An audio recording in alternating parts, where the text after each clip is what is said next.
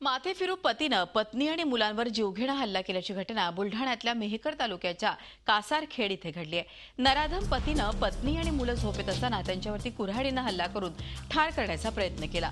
या घटनेत एक मुलगी ठार झाली असून अन्य 3 जण गंभीर जखमी झालेत। घटनेनंतर आरोपी पती फरार आहे।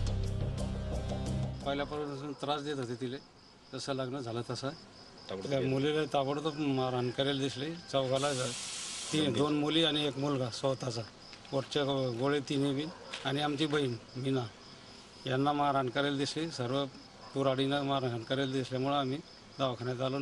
अंबोरे यांनी आपल्या मुलीला, पत्नीला आणि 2 मुलांना कुऱ्हाडीने वार मारून जखमी केले।